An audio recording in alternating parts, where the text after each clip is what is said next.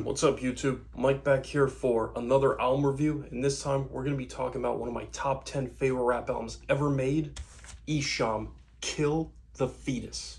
Just a disgusting. Look at that album cover. Absolutely gnarly. So, Esham, he put out his debut album in the year 1989 called Boomin' Words from Hell. It was very low budget produced. I listened to it. It honestly sounds like shit. I'm not even kidding. It's really bad.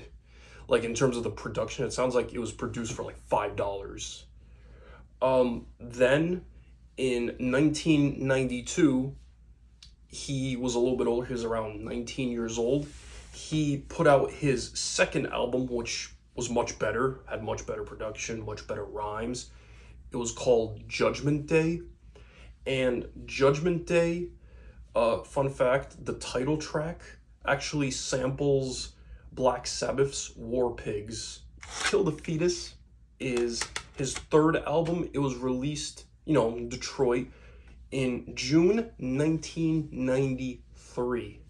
Now, Esham's Kill the Fetus, it's a very dark and frankly terrifyingly disturbing rap album. Honestly, it's the single most disturbing rap album I've ever heard. I have never heard anything that honestly goes to like the extremes that this album does. It's just flat out ruthless and haunting in a way.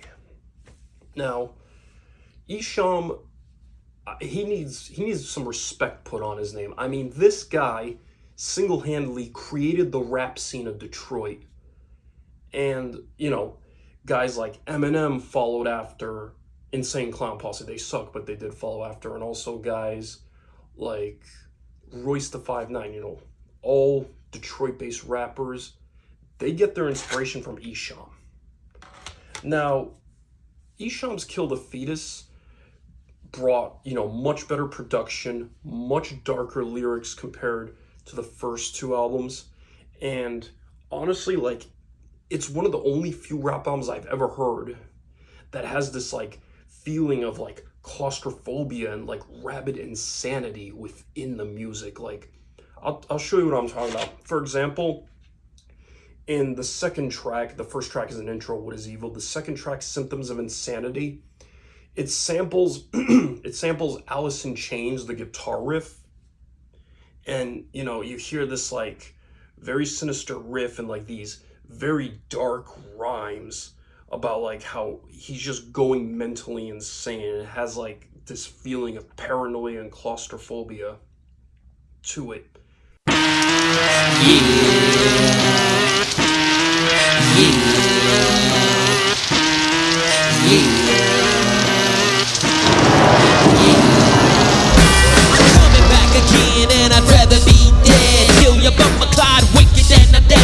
So many times I rock my rhymes and motherfuckers scared of me.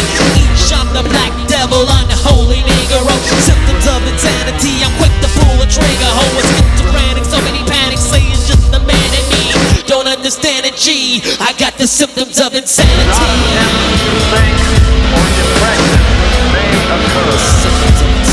The next track after that, Voices in My Head, you hear these like pitch shifted voices like is the sample, and basically they tell Esham that he should just kill himself and like commit suicide and all that shit. It's very dark, and it makes me frightened listening to that song, Voices in My Head. It's that disturbing. Kill yourself. Was really? Why don't you kill yourself? Was really? Was really?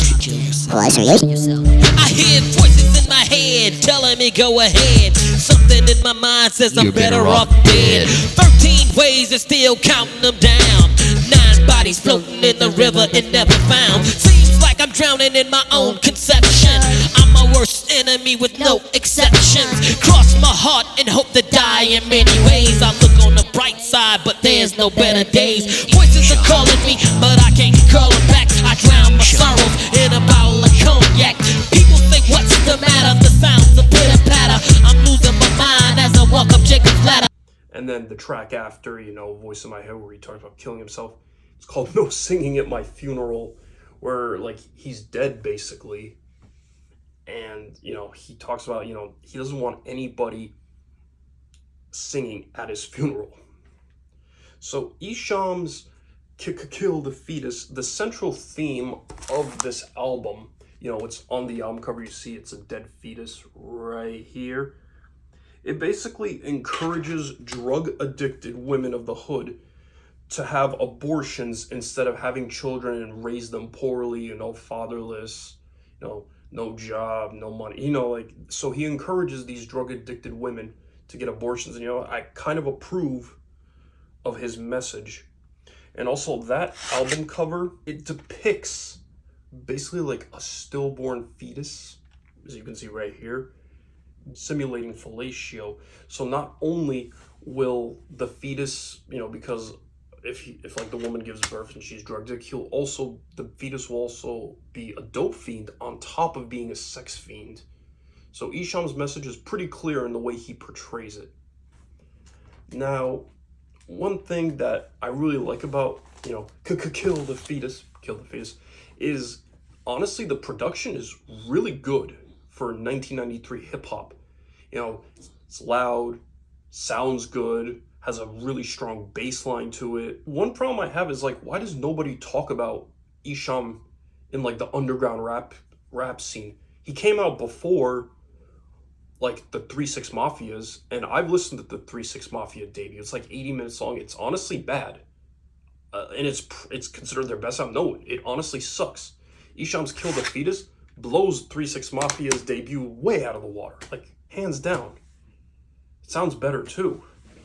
And 3 6 Mafia's debut album is considered the GOAT of horrorcore? Hell no. Not even close. Not even close. So what I also like about Esham's album Kill the Fetus is like he has like this super aggressive rhyming style to his music. For example, the 15th track, Headhunter. So this song talks about where he's basically like, in a gang war, but Esham has these like clever rhyme schemes where in this gang war, he easily murders his enemies. And it's not just like the typical gangster rap, which they do talk about that. He murders enemies because he's dehumanizing them. This is what the Nazis were very skilled at back in World War II, the dehumanization of the enemy. So Esham classifies his enemies as like demons, dogs. So when he kills them, he feels no sympathy for them. And then even after they're dead, he talks about how he unloads more gunshots into them just so they get the message. It's very extreme. Like, you don't hear this kind of stuff in rap music, even nowadays. Like, no. I need some therapy, my mind playing tricks on me. I see everything in 3D. I bust a shot at the PD. I look inside his head again, filling full of lead again. I'm better off dead, and if I'm deader, then I'm better than Janie's got a gun again. Someone said I done him in. If I did, I done him 13 ways, so here I come again. Murder's on my mind, I might cut you with a bunch of knives. Put you, burn you, better burn you up on devil's night. Cracker jack, killer, cracker with an axe. Better duck when I buck, or you're getting waxed. So take it, yo, or take it slow.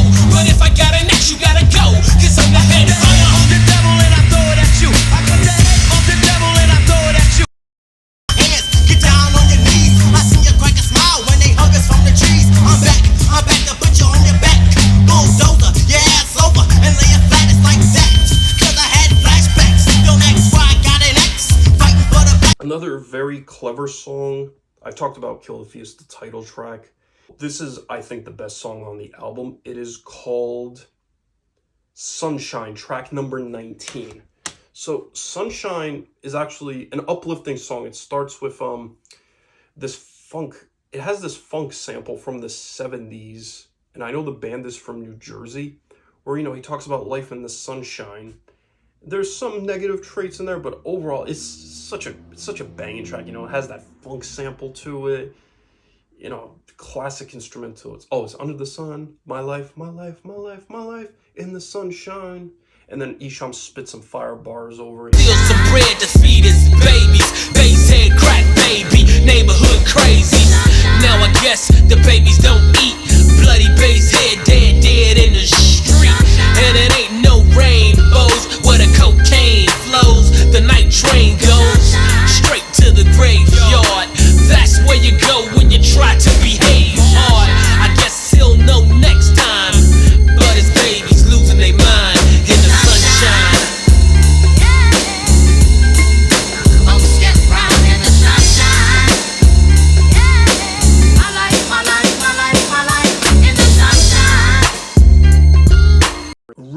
clever rhyming schemes. And another favorite track of mine, one of my favorites, is the last track, which he actually released as a radio single. It's called Helter Skelter. It's kind of like a rap rock horrorcore song, but it's really catchy.